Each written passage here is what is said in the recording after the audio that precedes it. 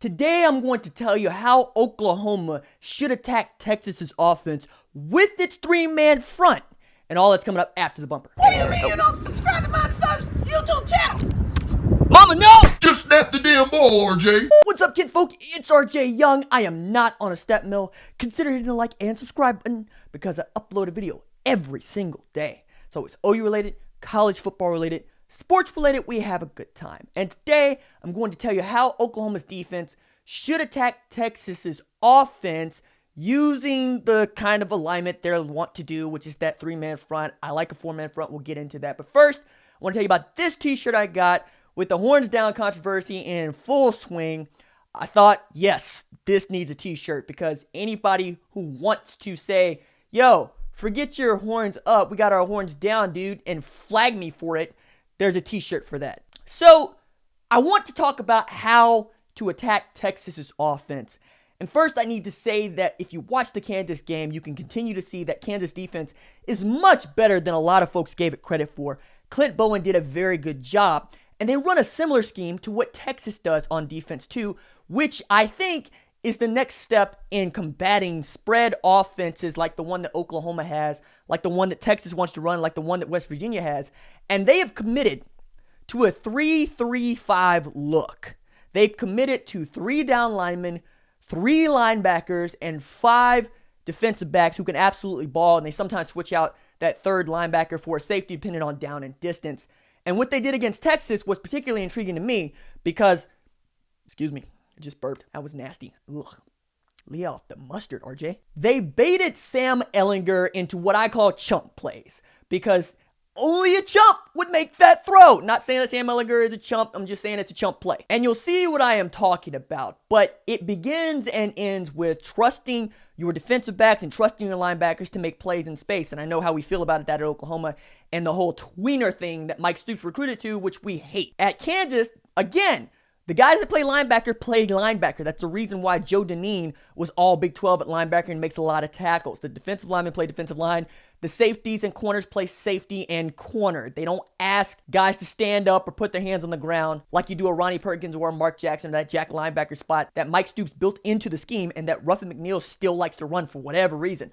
But this actually is a game for which the defense could again come up big because the personnel that Oklahoma likes to run is probably the personnel that you should use because Sam Ehlinger wants it all. Now, if you take a look at a couple of plays that I'm going to put up in front of you, you'll see that the guy really does depend on Collin Johnson and LJ Humphrey to make plays when the ball is in the air, as opposed to doing what, say, Kyler Murray does and throwing them open. And that's the difference between a good quarterback and a great quarterback. A great quarterback puts the ball where only his wide receiver could get it or gets that guy open with a pass and only in such a way that the ball would allow. Whereas a good quarterback says, hey, I got a good wide receiver and I'm going to try to put it in the vicinity and let my wide receiver make a play.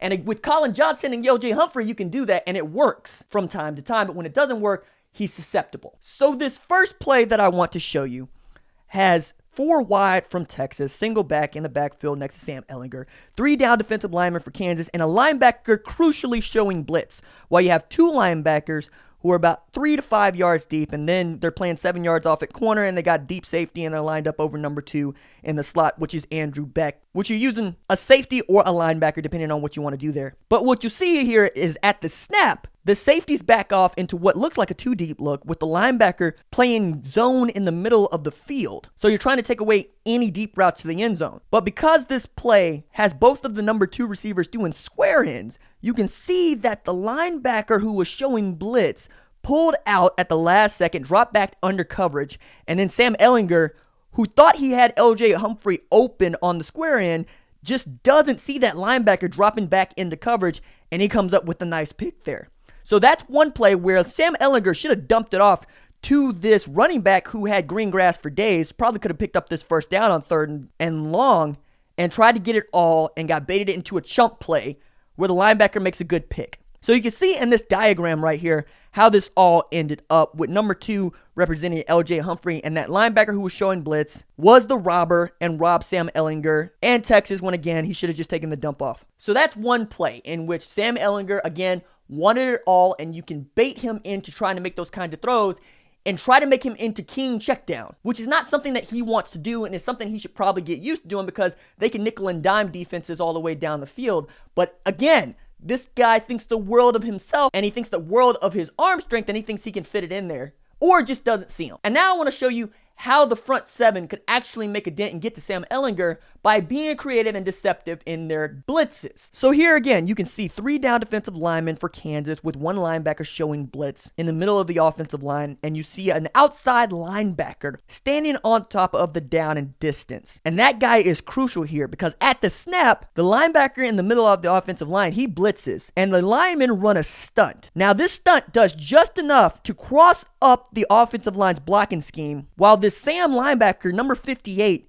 came screaming off the edge and beat the left tackle clean to get to Sam Ehlinger and get the strip and the sack. Now, Texas recovered the ball, but you can see again how bringing 5 in a blitz allows you to get to Sam Ehlinger even when they are 4 wide. And because this play was so slow to develop for Ehlinger, he did not have an opportunity to get that bubble screen out, and he gets hit with the blind side. Now, a play I'm not showing here is another one where Kansas showed blitz, dropped back in the zone, and picked off Sam Ehlinger because he wanted too much and got baited into a throw. Now, say what you want about Oklahoma's defensive backs, but that's absolutely a coverage that they could play and they could win with. And a lot of this just has to do with dropping 8 or blitzing 5, depending on down and distance. With 3rd and 10, Kansas was able to drop 8 and get the pick. 2nd and 4, they were able to bling a 5-man blitz and get to Sam Ehlinger for the strip. That is one way for which I expect Oklahoma to attack Texas and allow them to get the 4 and 5 yard dump offs as opposed to giving up the big gainer, get in the 3rd down situations, which against West Virginia seemed like sure first downs, but you still want to get in those 3rd down and long situations and try to get